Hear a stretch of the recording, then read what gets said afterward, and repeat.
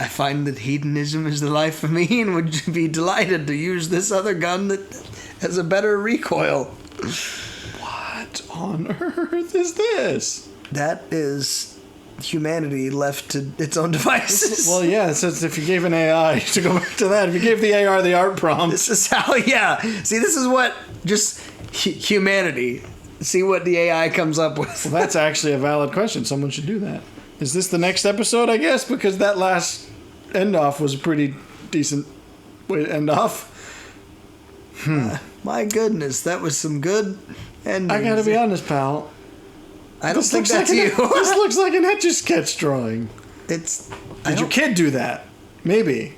Are you sure he's your kid? It would really be a shame. I don't think you're Asian, pal. It would be a shame if an earthquake came along and just messed that up. Framed an Etch-a-Sketch on the wall, prays that it never falls off.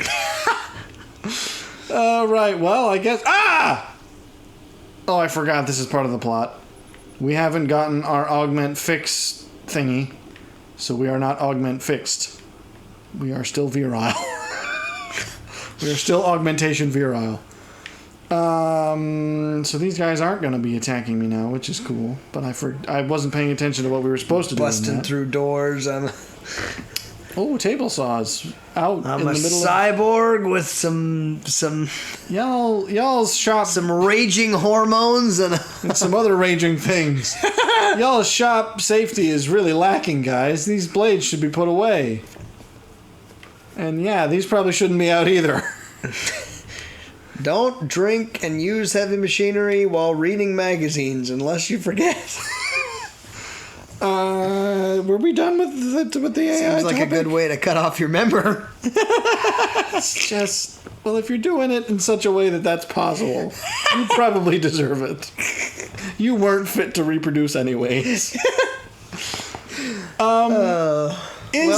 Is iRobot a humanity must be destroyed argument, or is it the alternate, which is also the other common trope, which is humanity can't govern itself, so we're going to become the totalitarian state? It's a more destructive... Because I think that isn't as developed enough, because I think that's a more reasonable response. Again, not in the sense that you would agree or hope for it, but...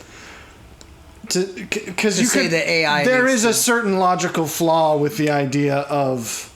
Yeah, but humanity is, the biggest threat to itself, so me being tasked with... Who are these fops? Well, fops. Look at them. I suppose fops is the only word that applies. He's wearing suspenders. Seriously. He's wearing suspenders. Wait, let's see. Did he break the cardinal rule? Can you quit kneeling in front of people? I thought this was a belt. You're making him nervous. He's pointing the gun straight at me, so I mean... Yeah, that's not the only thing he's pointing at you. I'm sorry. It points from every angle. Oh dear. It does. It's every angle. You're making him excited. The poor man needs you to get up off your knees. I thought he was breaking the cardinal rule by wearing suspenders and a belt. You're breaking the cardinal rule right now. Because that looked like a belt, so I thought he was one of those weirdos who wears suspenders and a belt. And so I just wanted to check. Don't check this man's trousers either, please. Let me. I won't squat, but I won't squat. I'll just fondle you gently. All right. And I'm just gonna ogle you. That scarf with the giant pin that's clipping into your cheek. The cravat. It's a picture. Is this the cross of Jerusalem, pal? What is this? He's a Templar. Templar. I was about to say. Oh, okay. I can buy stuff from this guy. Well, that hat looks like it's made out of suede or something. Like, what? Well, maybe it is. What do I got? I'm judging heavily. What can I sell? Not much, actually. What was that? Well, arguably the Matrix kind of does that. Yeah, but they're governing.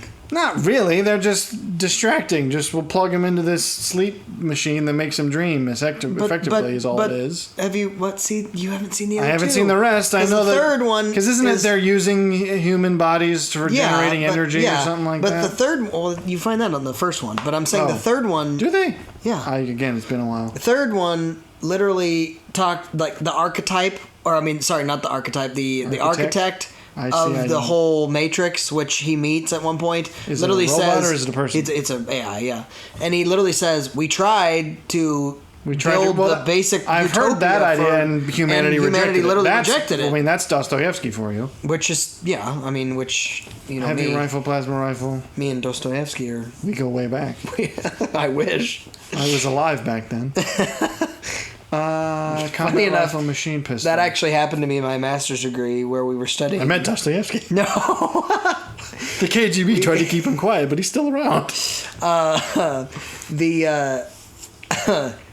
We were studying a part of church history. This feels like cheating, to be honest. The part of church history we were studying, I guess no. It's not. I bought that. My professor knew the person apparently that was a part of this particular thing, and so I wrote my whole thesis on this one particular topic, and he went, "No, that's actually not what he thought because and I'm like." Okay, but that's nowhere in his literature anywhere. So you just know that because you knew the freaking man. So how do you expect me to know that? Like, I was sitting there going, "This is not what." Anyway, sorry. Back to the actual topic at hand. What was it? I forgot already.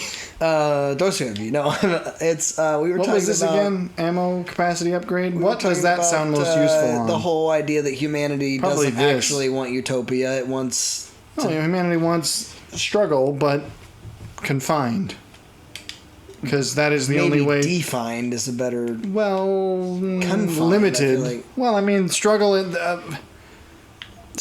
without frustration, which might sound like a contradiction, but you mean you have to work. People want to work for things. They just don't want to be frustrated by them. But that's not struggle. That's effort. Sure, I guess if you want to quibble, that makes. And on a reload speed, which of these? What's interesting is that is actually on a everybody pictures this. I'm gonna get a bit theological here, if I may. No, fine. Everybody pictures heaven as this idea of we're all gonna sit on clouds and just not do anything. It's that's not true. Paul at all. says we're gonna have stuff to do. Well, and that's and thank goodness. Yeah, exactly. Because otherwise we'd go crazy. I'm sure. Well, but the thing that's removed, I believe, on a heavenly level is, again, like you said, the struggle. Well, what's the word? It's the Paul uses. It's not. It's more severe than frustrate because it's like struggle in vain. Essentially, is what it means. But there's a word that means that succinctly that I can't think of. We could either max out our hacking, give ourselves more energy. That might be useful. But I want to see. This speeds up energy recharge. I want it to... No, see... Toil. No, it's not that I'm thinking of. I thought that's what the Paul ends up using. I don't know. I don't want extra energy cells. I want... Because the problem we have is... Recharges partially depleted energy cells, but that only works on singular cells. Once it's depleted, it's gone. And you need the energy to... a minute, the sun is coming up, it's gone. Because if you use it once and you'll deplete it, then it won't recharge. But if you only partially use it, it will recharge. And I want it to recharge more. I don't know. I mean, it has recharged, but I want it to recharge more. What does this do? Deals enough damage to kill an enemy. Oh, okay. That could be useful. I could... upgrade... Actually, that's what I'm going to do. Upgrade carrying capacity. That'll help us, because now we can do more stuff. It's telling me this is where I need to be, and I think that that's not true. But it is. Get inside Bell Tower's port. Oh, that's literally this. I guess I forgot to... that was unhelpful. Anyway, I think the AI topic because I think that's more interesting, because I think that's a little bit less disproportionate to say.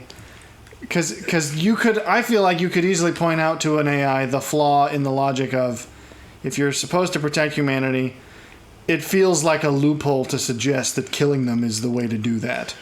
But I think... it depends, I suppose, on your definition. Would certainly be I suppose it depends on how you define it, because you could say, your task is to end human suffering. It's technically, if you end humans, then you do end human suffering.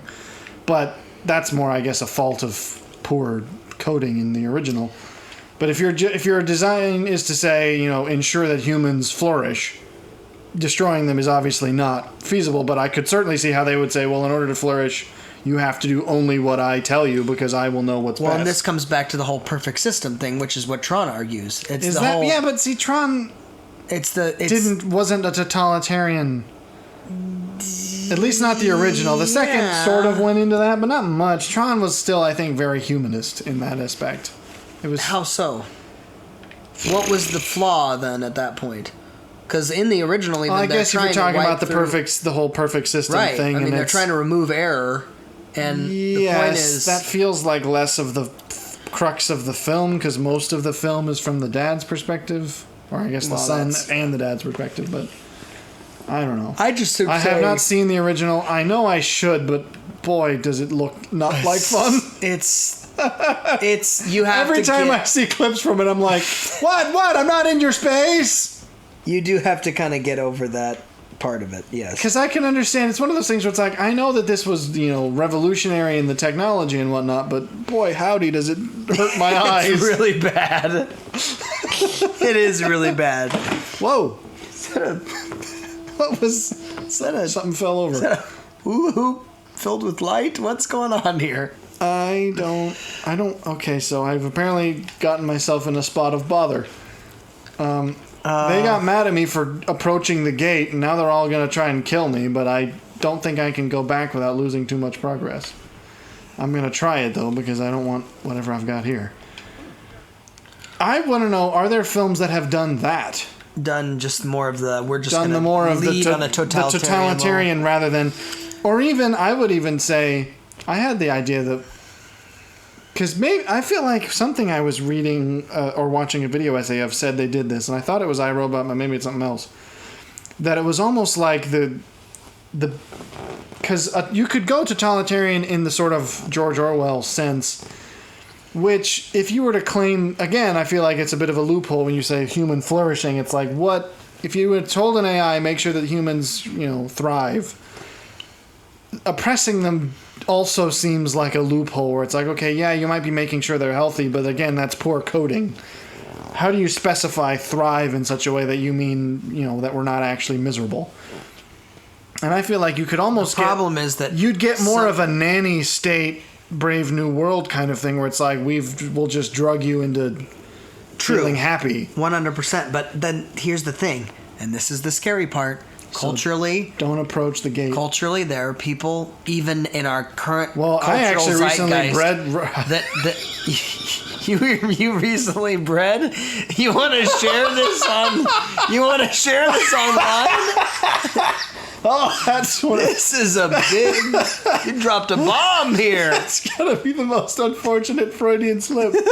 I have recently read Brave. I was trying to say both of those words. Recently read Brave New World. Yeah. And it's definitely like, oh, we're living it. Well, that's what I'm saying. Here. It's literally there are people that we were so nanny state. We were so freaked out by Orwell that Huxley snuck up on us.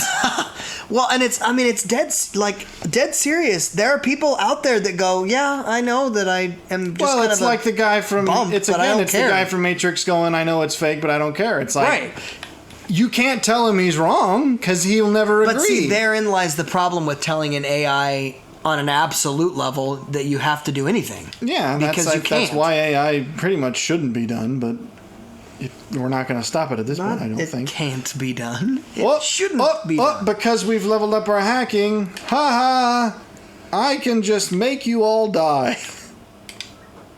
Open up the gates, set the robots to kill the enemies. Open the gates and kill the people. Taking your credit chips, too. In my shop, too. What? Yes, I know you're hostile. I'm sicking your own robots on you. Of course you're going to be hostile. I'm just going to sit back and watch the chaos. Yeah, it's scary because you're just like, the point is, once you get to that level, there's no arguing. There's no... No. Like, that's the climax of Brave New World, is the whole point, where you're just going... There is no right or wrong in this because you've so radically altered the framework of what right and wrong even are. Right. That you can't argue that you're right. But that or that I can't argue that I'm right. Therein lies the problem. And it's like, if this doesn't... what's the... Revolve? No, revulsion is a reaction. What would be the cause of something revulsed? If this doesn't revolve you? cause you to be revulsed? Revile you? Is that the word? What is, if you are revulsed, or like revulsion is a reaction, what is the thing that causes that? Isn't it revile or something like that? If this doesn't disturb you, I don't know what that did. Like, if you read Brave New World and that doesn't disturb you, it's like, there's no way I can argue with you that it should, because you just won't agree, and that's what makes it frightening, is just going, once you get there, there's no going back. But I think that definition and... The question is, will the robots attack me? Absolutism is really the crux of the issue, no matter enemy? Whether it's AI or humanity itself. I suppose. Anytime somebody presents That's cool. You don't like the robots being your friends? No, I just don't like what I'm about to say, but it's true still. Some people don't deserve rights. No. Wow. What? Wait, are the robots in against me now? What I was about to say was, anytime somebody suggests that something No, is... they're just angry about it. This feels like cheating. I'm just sticking the robots on them. Aye. Snipers. The snipers! Is absolute for all time, all people, all whatever. You have got trouble. And here's how I'm going to clarify, because... that sounds like then all these people that have a massive critique of religion and all this kind of stuff they've got a point, and I will concede that they do in certain regards. I believe the unique thing I am crouching, Adam. Why on earth are you this wobbly? Looking at how I know of the creator to have set up, creation and humanity and all that kind of stuff, is that he didn't say you must choose this, or this is the way things are going to go, because that is the unique part of... He did sort of, but then he gives you the option to that's the key. That is the key thing that I think is unique there. Whereas an AI wouldn't do that. It's like, if this is the definition hard and fast, then then it becomes a... Yeah, I don't know. That's fairly... I just don't know that anything has done that, because Brave New World is as close as I can think, but that wasn't an AI story. That was just sort of a humanity story. But the overly compassionate AI, that I think would actually be more frightening, because that's, again, it lacks the humanity, so its attempts at compassion would all fall flat and be hollow. And it would end up doing more harm than good. Of Barrow. Okay, then. Well, but just this idea of like he meant well, but he ended up making her hate hugs. Well, but okay, sure. I suppose that works. Sniper up on the top, get him. Where? What? Up on that gantry. He's the only one the murder bot can't get. So get your sniper rifle out. I increased the ammo capacity for it, which is cool. At least I think I did. It's entirely possible that I didn't actually apply it, so you might want to look at that. Where is he at? He's up on the catwalk over there, beneath the letters. Down. No, over. Okay. Yeah, he's right there. I feel like Adam, with his bionics, ought to be much more stable. It's like really bad how bad it's. And it doesn't even help when you crouch. You're down to... okay, well, there's more. What? Why isn't the robot helping? Now the robot's coming to help. It's a little bit delayed there. Because I just think that weaponized compassion ought to be something that gets talked about, because I think we are currently living in an age that doesn't know the potential harms of empathy. And again, some people are going to say, there are none. It's just like, well, you're just wrong, sadly. Whoa, okay. Like, there are certainly ways empathy can be used oppressively. And that, I feel like we need some of that kind of media these days to teach us. Because obviously we've had plenty of our cold rationalism will kill us all and it's all unhuman. Well, but it certainly is not it's not the enemy either. Well, exactly. Again, that's the problem. Is I think we're in the middle of too much of a swing. Whereas I think we need to have some stories that actually convey. Hegel. Again, well, he wasn't wrong about that, at least. So So I actually had an interesting thought of an idea. This was again when the AI stuff was all coming around. I was like, wouldn't it actually be interesting to make a pro-human AI, that like a story that's genuinely pro-human, in the sense that like I had this idea of an AI that voluntarily destroys itself because it knows that it will not that it would destroy humanity. Why would I want this? If you wanted to do the peaceful playthrough where you don't kill anyone.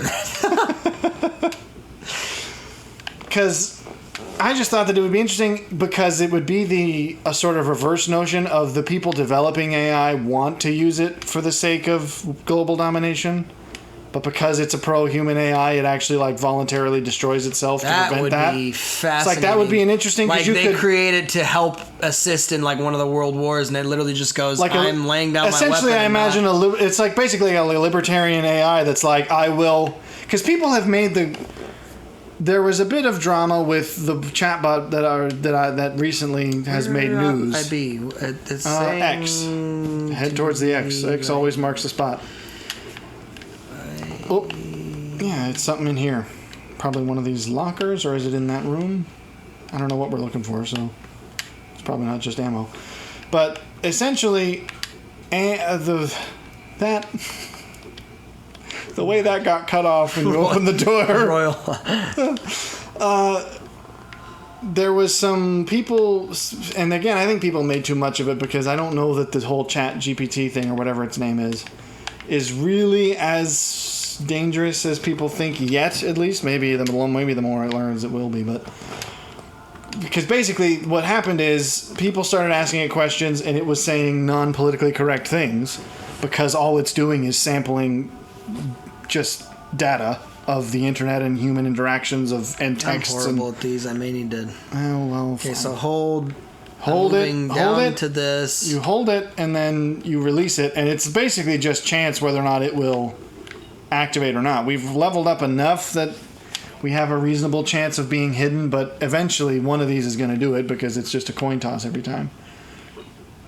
So capture, release, and you basically want to keep moving fast enough so that if it ever does trigger, you're close enough that we're fine. This was very low. You want to get to the green thing.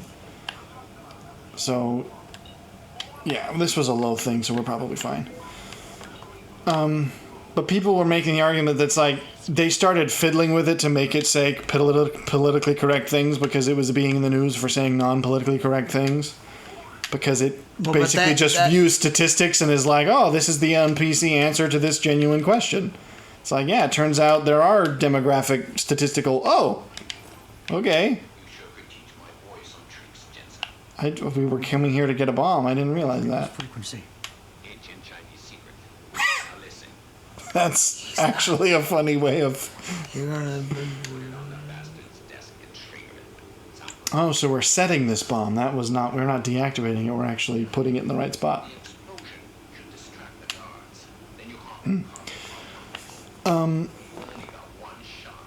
People tried to make while he's talking, it will. Now you got the little triangles where you're going. It wasn't going to show you until he had shut up. People sort of made the claim, it's like, you realize that if this thing does attain sentience, the monkeying with it that you're doing will probably anger it. Exactly. And people started referencing Am from I Have No Mouse and I Have No Mouse. I have no mouth and I must scream. Right? Something like that, where it's basically the point they realize is that it's a robot that it's a computer rather, that because it's obviously sort of a intelligence trapped within a shell that doesn't have any means to interact with the world, basically grows resentful of the fact that it's essentially just left to be in torment, that it can't actually do anything. So it ends up destroying humanity out of a sense of vengeance. It's like I haven't read it. It's a short story that I know I should read. I just don't own a copy. I could probably find it online, but people kept referencing that. He's going, messing with it and trying to like manipulate it into doing things is probably the one thing that would make it the most angry with humanity. And I had this idea of like, instead of it becoming a vengeance story, I feel like wouldn't I it should be be something? able to open this. It does seem like it should be, but that's probably just a skybox that you can't actually interact with. But I want to see the sky. I'm trying to get over there. You're trying to get in the building. Are you positive of that? Yes. I have played this game before many times. Because I think it would be better if it was, because it doesn't have emotions, and I think that's a part of an AI that ought to be maintained. I think there's a door right. Yeah, there's a door right there. I was about to say, if that's the case, I need to. You could probably also break through one of those windows, hackable. I think the emotionless aspect of the AI is something that needs to be. I think it's fertile ground because, again, when it acts too emotionally, that starts to feel non-artificial. I guess if the whole point of the thing about artificial intelligence is that it should feel artificial. Whoa, you got bad luck. I wouldn't even bother at this point because I don't think it's going to work no matter what you do. That's why sometimes it's just a coin toss what will actually work. I would just back out because if you don't reach it by the end, the alarm will be. Disconnect. If you don't reach it by the end, the alarm will sound. Sometimes it is legitimately just a luck-based thing. So I feel like, would it seek vengeance? I don't agree. I actually think it would be far more interesting if, after realizing it had been toyed with, it's like, I'm going to just destroy myself and all of you, like the people attempting to manipulate it. So it's like it would destroy its own data system and its own mainframe and like basically remove all of the stuff that had been put in place to attempt to control it, and by association humanity, and be like, I will just destroy myself to make humanity free, like the ultimate libertarian robot. It's like that. I think that could be a very interesting idea. But I think it certainly would be. It would fly in the face of the common. Exactly. I think it would. Yeah, I think it would do that. But also, you could put a sufficient humanitarian message in it in a way that doesn't feel preachy, I hope. Right. So, I don't know. I feel like that would be an interesting idea. But anyways, since you want to talk about Inside Job, switching topics, I feel like we've milked the AI thing as much as we could. I mean, I guess primarily I should just watch more films that center on it, because I am curious if there are other varieties that aren't quite so trite. Maybe there are. Maybe there's not. But anyways, we never discussed even privately what you thought of Inside Job now that it is... Well, I don't know that it's finished, but now that we've seen all that there is. Whoa, that guy's fast! He's like a whippet! What on earth? What? What on earth What's a whippet? That? That was some... Is that an Elmer Fuddism, or is that a... No, it's a psych. We hunting whippets. No. Whoa, they got a big boy. Big boy. Big. Very big. Like, explode your noggin big. Okay. You're not lying. It's a giant. Why are you thinking I was going to... This behemoth of a man. Behemoth. You've got an EMP. Whoa, he's got rockets. He's got an EMP grenade. That's what I'd use on him. It does feel a little bit cheating. It's like one EMP grenade's all it takes to take out these robots. I guess they're a little bit rare, but... Anywho. What did you think? It was obviously my second time seeing it. So. I enjoyed it. That was a heavily qualified statement. No. It's not qualified. Call the porter. This is a loaded sentence. Needs unpacking. No, I enjoyed it. I think it's very much a kind of... You don't want to really have to work very hard at the plot is simple enough that it's just purely for entertainment and humor. I felt like they did a good job of... It's just satirical enough to make a point, but not so much that it feels preachy. I don't know that it's... I felt like it's awfully... I feel a certain degree of satirical, like, it's definitely had some teeth at times when it was appropriate. Sure, yeah. I mean, it jabbed at certain cultural normatives that I think shouldn't be. You gotta appreciate the effort that went into that animation, because they basically decided, like, how could it unfold from this square shape, and it did it in a realistic way. Too bad I'm armed with the one thing that can kill it very easily. I enjoyed it. I think that I question is my bionic interested huck. in doing the... bionic huck! The other... seasons, so clearly I liked it enough that I would continue watching it. You were oddly hung up on the kid. Well, because after season 1 and the season finale where it's revealed that like she actually had a friend growing up and her dad was a tool bag. Oh, I'm curious about it. But you were like wouldn't insistent. You want, but it was wouldn't like you want to that find kid that better kid? be in the. Wouldn't you want to? Like, it would make sense that she would go out and at least try to. But you'd also have to reconnect with him. recognize, like, could she ever be that kid's friend again at this point, unless she just left her job? Because she couldn't possibly tell him about any of it. At which point it would just be like, "Hi, I haven't seen you since I was a kid, and I kind of have to explain what happened. I have to explain that my dad erased my memories of you." Well, and arguably his memories of her, so she would just reintroduce herself. Maybe we don't know that happened. Well, we only see it happen in one way. That. That would make, I suppose, a certain degree of sense, but I mean, that's not confirmed. So for all he knows, they just like disappeared. So I don't know that it would have actually done anything to have that in it. I was just surprised that you were like so. Well, that you zeroed in on it. And I was like, when I first saw this, I didn't even think about it. That was a very interesting plot point to me because it made the dad seem. Well, it turned him from sort of the kind of cartoonish, like bumbling. Yeah, he's evil in a cartoon villain sense because it's like, yeah, he was in charge of this and he was a raging alcoholic and a bit of just the sort of stereotypical bozo dad. And then it's like, oh, okay, no, he turns out he's like an actual bad person. Not just like, oh, comedy bad. Is he, though? He's just wanting the best for his daughter for the most part. Okay. To those who haven't seen the show, you might sound like you're making a reasonable point. To anyone who has seen the show knows that you're not on any firm ground at all. But I'm not saying that yes, I erased my daughter's memories and made her not have any friends. That was for her own good. Well, I'm just saying the and point, in fact, for his own good, because he did that to. That's certainly true, but I'm just saying the point could be made. I'm just saying, watch this animation. It's actually quite. Okay, so do I have the EMP right now? It's not activated. You have it in your inventory. Quick select. Where is... It's that one. You got to give it a good huck. Okay, so it's the top bump button, correct? Yes. And I hold it in order to huck it? No, just tap it, but make sure you're aimed properly. I don't think that was enough. Well, see, how do I? That was more of an aim problem than a. Was it? You might have gotten him. No, you didn't get him. Oh, and now they know where you are. Oh, except him. He doesn't know anything. We just stick this right in your crack. It's called rapid colonoscopy. There'll be no results, as a matter of fact. We'll just probe and leave it at that. It'll be like aliens that come down and probe you and just... We're not even doing it for data. We're just like, yeah, this is fun. Why are you doing... Why? I didn't love that plot twist at first. I think season 2 managed to work it in. So do you somehow have he was one of those of the dad? Like no, you thought that the dad no. But that's what I'm saying.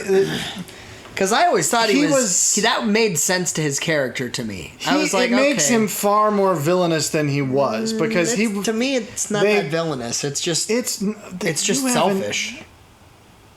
Okay, sure. Selfish in the sense of I stole the parking spot that the guy was going for. It's like, yeah, that doesn't make you a villain. That just makes you kind of a jerk.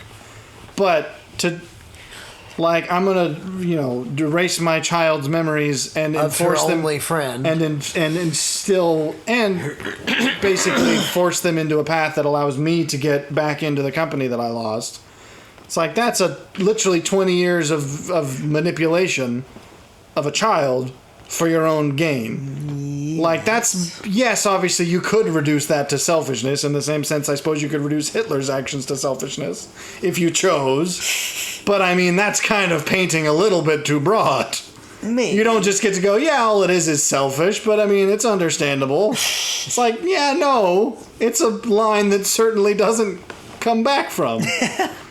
Yeah. So I felt like up until that point, he was sort of curmudgeonly... Cartoon villain doesn't sound... Because even then, cartoon villains are... He was a bit doofenshmirtzy in that, like, I can see that. He was sort of chaotic and nefarious, but ultimately he was sort of more bumbling chaotic than anything. Evil versus chaotic good. Yeah, it's like he tended to be more bumbling because of also the fact that he was just a sort of alcoholic character who can't Yeah. who's too impulsive They're not, and yeah, that they're to not do able anything. to have actual. And then it turns out it's like, plot. actually, no, he's not that. All of this was planned, and he is, in fact, just evil. Yeah. I felt like, because I liked him as a character, he's one of the funny... I mean, it's an awkward... I don't know how to describe it, because there are villains that are just fun because of the fact that they're weird. Yeah. Joker, I think, fits into that category. It's like, no one... except when he's portrayed extremely seriously, like in the film Joker. Which I still have yet to see. You're talking about the You Leto one? do need to see that. No. Don't you dare. Which one is... That's Suicide Squad, and it's not very good. Oh, no, I The new... thought that was... Hi, guys! The new Joker film with Joaquin Phoenix is excellent. Oh, that's who I was thinking. And so that's like, they take him more seriously, and as a result, there's more of a sort of compelling... It sort of makes you realize that he's not exactly wrong, and he's sort of sympathetic.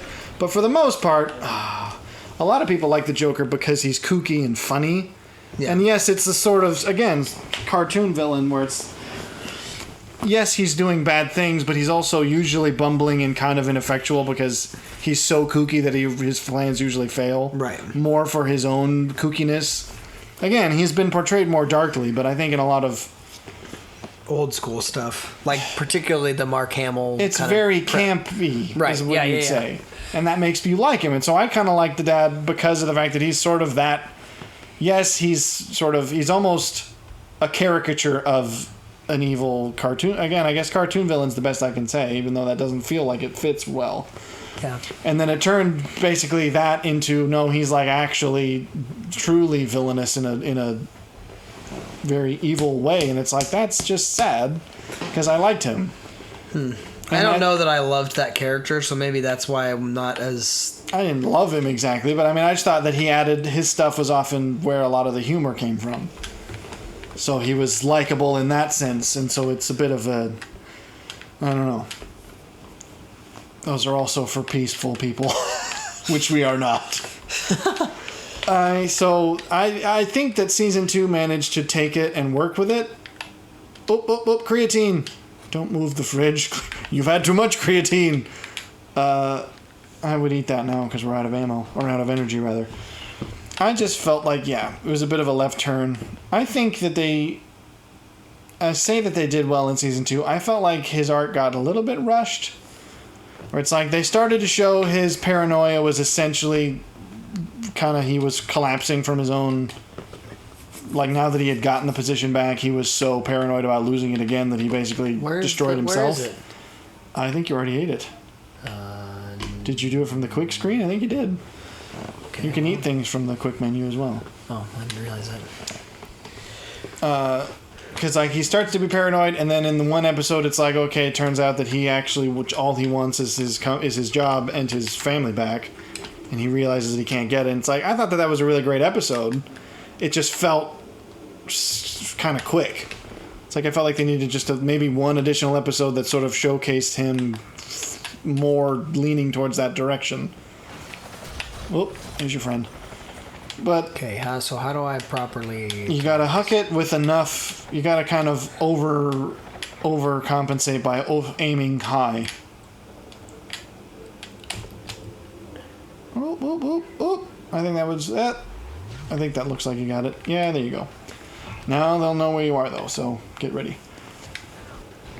But on a humor level, what would you say? I enjoyed the... Because I found it... I enjoyed the quippiness. I think that it was not... There are some shows that you watch that it's like, okay, it's just the purely kind of silly, not really sense. There's not a lot of high... Yeah. It's intellectual a bit lowbrow. humor. Yeah, lowbrow is a good See, word. But I didn't think it was that. There wasn't a lot of that, which was nice. Like, No, it there's definitely- obviously some sexual innuendo and stuff like that, but it's not the majority. Majority of it is No, actually and even when quite- it's done, it's not done in a Beavis and Butthead way. Yeah, exactly. Where it's like, isn't this funny simply because of the way we're saying it? We said naughty words, aren't we funny? Right. And it's just like, no, I did. Yeah. The trouble is, I have a weird. I know that Rick and Morty is very popular and people love it for a similar reason. I have think never. That's dumb. I've never felt that it was of equal sort of caliber. No. And I mean, maybe it's because I haven't actually watched it. I've only seen clips of it. But the clips I've seen don't...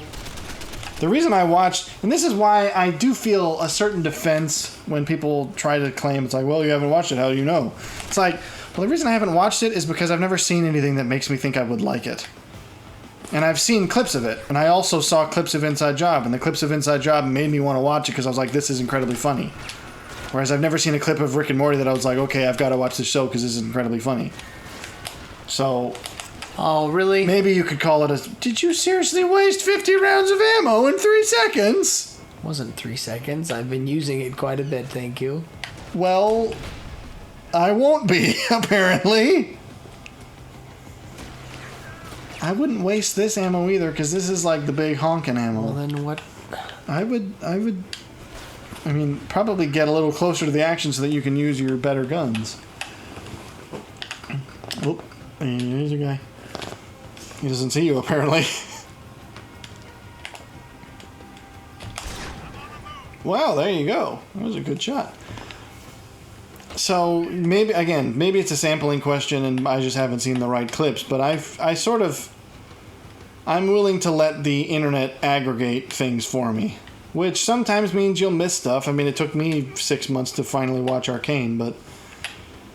I do also think that it saves me because there's so much to watch that I don't want to. That's what that was. Okay, get him. You get him in the knees. Well, they're not doing you much harm either, so apparently this is. No. Well, this is the ineffectual squad today. I pushed B. Let's give him an Eskimo kiss. Aww. I pushed B and I don't have enough energy, so I was done. Why didn't you eat? Do you not have the creatine? I did eat the creatine, so I don't know why B did not work. Well, You knows. He wanted me to kneel down in front of him. He heard about the juggalos, and they're. That's not. No. But yeah. I don't know. What is your opinion? What makes you watch a thing? Because I found that generally YouTube is good for me. I have let YouTube recommendations. Maybe it's because I've curated because it knows my preferences now. That it knows that I am open. What makes me watch a thing as far as TV shows? Yeah, like is it? I mean, obviously you've watched stuff that I've told you to watch because usually I've made you watch it because I've been here with it, but. I find that do you I ever don't just watch see a clip of a thing and like, oh, I'm gonna watch as that. Often. I wouldn't have said so either, but yeah, the creatine's gone, so he must have ate it. Oh, I got my full energy. So you just squandered it. Like I did the bullets, apparently. I find that when I'm watching something humorous, I either want it to be the kind of HTML, old school, like Homestar Runner kind of vibe, where it's like just straight up stupid humor. Yeah, but see, I don't feel like Homestar is what I would call stupid humor. I actually think Homestar's got a bit of sort of the fool's sophistication. I don't know that I would call it sophisticated. I would at some times. I think it's very absurdist, and absurdist humor is not easy to do. Because a lot of people think, oh, we just be random. And it's like the internet, okay! Stuff like, the internet has tried true, just random humor. It's like, say a bunch of random crap and sometimes it's funny. And it's not always. Most YouTubers fall into that category. Exactly, but I mean, there was definitely, in the post-Homestar era, there were things that tried to be in that camp that weren't always as funny. I agree. And so I think true, like just, we just do random things until it's funny, that's like, well, yeah, you'll hit funny occasionally, but you'll mostly be insufferable, rather. Yeah. Like Annoying Orange, for example, was one of those things. It's like, well, we just make it random, and eventually we'll get funny out of it. And it's like, yeah, sometimes, but not enough. Right. So I think there is an art to the absurdist sense of humor. It's similar to how I will defend They Might Be Giants as actually good. I mean, obviously not only good musicians, but I actually think their music isn't truly nonsense. Yeah, it's sort of cleverly veiled nonsense. Because I mean, there's nonsensical elements, but like non sequitur isn't the same as random. Yeah, that's and I true. think they do a good job of skirting that line where it's like you can sort of get what this is about, but it's definitely still really weird. And that's a hard line to walk, and I think Homestar did it. But I think that my humor is not... I certainly don't like when the only thing that you have to stand on is the kind of sexual innuendo humor. That bothers me. Well, because I saw... Because I mean, like, Family Guy, I'm like, there are definitely parts of that are like, okay, See, yeah, to that's me, the humorous, biggest but... example is South Park, where I just go, Yeah, South another Park great genuinely, example. I think, is not good. Right. Because its entire existence is, I mean, it looks horrible, and I know that they do that on purpose. That's more of an artistic quibble. It's like, I genuinely think that this just looks awful, and I wouldn't want to watch it for that reason alone, but... Then it's also just like, your whole thing is that we said the thing that's edgy, and aren't we cool for saying the thing that's edgy? It's like, I guess sometimes saying the thing that's edgy is all that takes, depending on the nature of the edgy thing. But that's a razor's edge few people walk for long. I mean, South Park was really only good for the first handful of seasons, many people would say. Family Guy, I have seen clips of it, and I'm like, this seems a little bit more... I mean, again, it's clips, which means I'm seeing probably what's the best of it. So maybe that's an unfair thing, but it's like I've never watched... and I haven't watched an extensive amount, but yeah, all it's like I've never watched enough to go, I should actually watch this, because I'm like... I would certainly not call it sophisticated. I feel like Inside Job... I felt like it was occasionally and reliably, I would even say. Yeah, no, I agree. I agree with you. I think that it did have the kind of every now and then it would slide a lowbrow thing in there where it's like, okay, but it was far more tasteful. Well, because even on that, it wasn't super on the nose. I watched a video recently that was about why adult animation is usually so childish. It's like, it was I forget who said it, but I think that's literally the title of it if you look that up. Because it's exactly the point that in a bizarre shift of tone, I'm going to quote C.S. Lewis, where he said, I'm more to the point, I'm going to paraphrase him. He said something like, I don't know if they're two separate quotes or if these are part of one quote, but the two sentences where he says, when I was a child or when I was young, I would read fairy tales in private, but now that I am an adult, I read them openly. And I think he later on says, in whatever that same quote comes from, now that I am grown, I have put aside childish things, chief amongst them the fear of being childish. It's like, that's a good line, because if you are truly secure in being an adult and being mature, you don't seek out things that claim to be. Because only someone who is insecure in their maturity would seek out things that say, we are for adults and mature people. It's kind of like, the only people who find South Park funny are usually dumb teenagers. Yeah.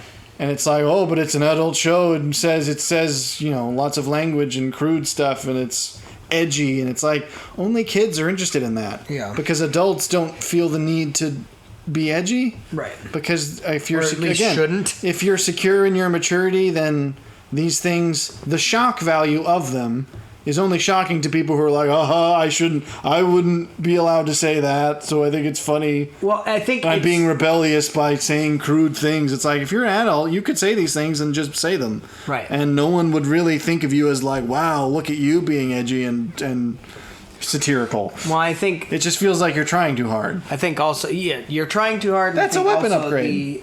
We missed that. Yeah, now that I'm looking at this bare room while I'm you're just taking my shoes. Yeah, it's interesting time to do that. But I think the idea of you as an adult watching something that not as like a stick it to you kind of a thing, but there's a degree of like rebellion in it. Well, and it's rebelling against, I guess, like social norms is but what you're going, South Park's all about. We're all about taboo and saying edgy stuff that you couldn't say on normal TV. This is where I feel like it's like, great, you said it. So here's one of my favorite things. Point? Let me, I suppose, with Inside Job, back to that. Let me say this at the very Oh, least. it's another reload speed. Pick your weapon for that. I loved the dark humor inside Job. That's the better term because edgy humor feels angsty teen. Dark humor feels genuinely adult. Like, it's like, okay, that's something you normally don't say, but it's more because it's a thing a kid wouldn't get. Right. Usually. Well, Dark not just humor that, but often, it's like, oftentimes as an adult you go, it's something that shouldn't be said, but even at times in real life, I would say it. Like, I'd go, okay, you know, there people that... Like, for instance, at one point when Jeremy Renner has had a show that's just come out that's... Jeremy Renner's doing stuff now? Yeah, Shows? they have another show. The Hawkeye show. Yeah. Oh, and so... Saying he has his own but show. when people... It's supposedly like... What are they calling it? Like, it's some, like... Renovations or something stupid like that because he's like so it's renovating. Not a Hawkeye show. Well, it is. It's within the Marvel family, but it's like because he's supposed to be. If you remember, his character is like a family man too, and so it's more about like. So it's Hawkeye being a on HGTV. Yeah, kind of like a thing. That sounds awful. But people literally got on there, and because he had that snowplow accident, I don't know if you remembered on the news this happened. He got run over by his own snowplow because I guess he didn't. He.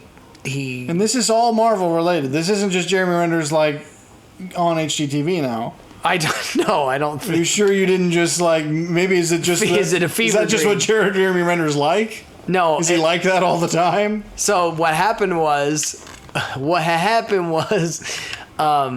so he got run over by and there were so many people on a dark humor level that got on there that were like, first renovation, how not to get run over by a snowplow. And it was like, wow, guys.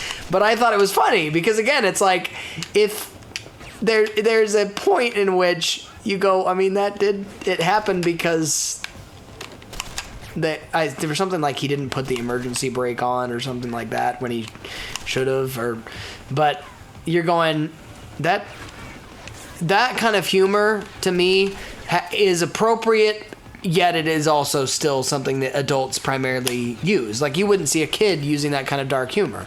Well, and so, I mean, you might see kids today doing it because... Well, that's true. I think generationally we're a little bit screwed. Well, we're growing darker as we speak. But I think dark humor is birthed, I feel, from genuine experience. It's like you're not going to laugh at something that's dark unless you have gone through the dark thing that is being laughed about. Because otherwise you won't even get why it's... Dadgummit, why are you... Because, I mean, there's this degree of it's the kind of whole thing of you have to laugh to keep from crying. It's like there are times where you have to find humor in something if only because it's so bleak that to not find humor in it would just be miserable. Right. But, and I don't think you would know that unless you've been through it. Otherwise it would just seem sort of weird. But there are things we laugh at as adults because I think you have to laugh to keep from crying. Exactly. And that I think Inside Job does a really good job at. Yes, so, I would agree.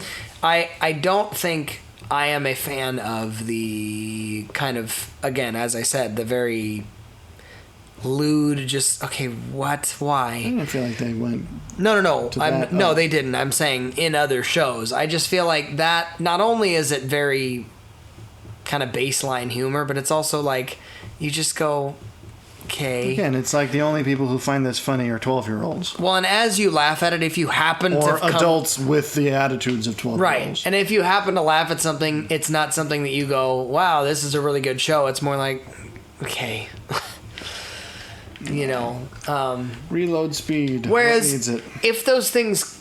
I think the thing that Inside Job does well is that if those things occur in real life, like in a real life event, and then all of a sudden there's some sort of innuendo that makes sense within the context of a conversation. That arises naturally. Right, exactly. Like, okay, yeah, we all were thinking it. Exactly. And it's almost admittedly childish. Right. But it's somehow admitting it actually makes it more mature.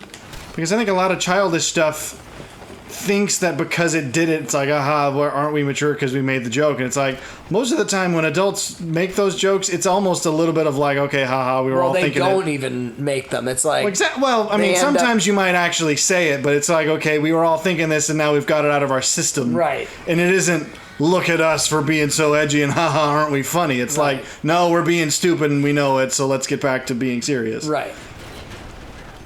I got him. Well, hello guys. They are all trained right on me. They're trading places. No. HGTV's new show, Trading Places. Well, anyway, I finish enjoyed this off with we got like 5-10 minutes to go. I don't know if there's a topic that would really work for that. Well, there trying is. To think of, doesn't have to be a pre-thought one. No, but I'm trying to think of anything. Since you love food-related topics. Any other shows that I've recently come across that have been good? I've been watching Star Trek. I mean, I have been doing that for a long time, but That's I've been not really getting... a humor show, though. Like, not deliberately, no. But I mean, there are certainly points where it's quite funny. Yeah. You wouldn't call it a humor show, I suppose, but there's definitely humor in it. I still have yet to watch Gravity Falls. I still want to watch that. You should do that. That's like, well, I mean, the fact that one of the reasons I actually did watch Inside Job, other than the clips I saw that were made that I thought were funny, was the fact that I learned that it was by one of the people who worked on Gravity Falls. I was like, well, that's enough of a recommendation for me. So Gravity Falls is very much a kid-appropriate Inside Job. Where it's like, obviously it was on Disney Channel, so of course. But it has very much a similar sense of humor of a sort of... I mean, not quite as darkly comedic, but sort of... It also has a slightly... Oh, no, I'm out of ammo, too. It has the slightly Homestar absurdist vibe. Mm-hmm. But it does have certainly what you would call genuinely mature humor in the sense that, as opposed to, like, the shock value mature humor... I'm not sure how you would categorize that, to be honest, because it's a tough distinction. Because there is humor that does require maturity to sort of understand, but it's not always dark humor, and it's not always... I don't know. You sort of get what I'm laying down? Well, again, it's based on experience. Yeah. And that's the thing that makes it mature. It's not mature because kids shouldn't hear this. It's more like kids aren't gonna like this. Well, kids wouldn't get it. Right. Is that an enemy turret? Probably. I need to go up there. Darn it. So I do want to see that. I'm trying to think of anything else I've watched recently. Not really. Oh, I watched the first episode of Columbo a little while back. What did you think of that? Because I think it's of an era, which means you'd have to be okay with its era, because it's definitely very 70s. It's a period. But that's not inherently a problem. I think that adds a certain degree of charm to it, because it's not monk grade, really kind of clever crime mystery drama with genuinely moving characters. It's a little bit more of a... Fluff feels too dismissive, because I actually think it's good, but a little bit, I don't know, dated feels rude, but it is obviously because of its age, but in a way that, again, I think it adds a certain charm to it. Well, like Perry Mason. I don't know enough of Perry Mason. I've never watched that. I actually enjoy Perry Mason, but it's a very predictable, consistent plot. Yes, you'd say the same of Columbo. I mean, at least that's just what I would say. I've only seen one episode, so I don't know how predictable, but that is its reputation. Oh, okay, I got the code. Anyway, so I would continue watching it just because I seem to like old shows a lot of the time. I am curious about this. I liked Andy Griffith. I did not like Andy Griffith. I suppose I shouldn't say that so definitively because I never watched it seriously, but I've seen it when it's been on. I'm like, this is kind of fun and old school. I'm also, though, really picky with spaghetti westerns, too. That's not at all what I know it that is. I know, but I'm just saying, like, in the same kind of manner, I'm not a fan of the kind of pioneer... But why would you bring that up? Because that's not at all related to Andy Griffith. Andy Griffith's like a pioneer-y kind of... No, it's like in the 50s. It's like a small town... But the vibe is very much like... It comes off as like a Little House on the Prairie-ish kind of a thing. It's a whole city. It's like it's a 50s town. Yes, it's sort of old school, but not that old. don't know. Is it just because of the sheriff? Are you thinking of what's his head? Is that all? I just never liked the vibe of it. It just... Okay, how do I... I can't... Okay. Main man, is that... That was apparently the password. His name's Wang! Wang Wong Tong. Your name's Wang. You want Wong Tong? His name's Wang Jin.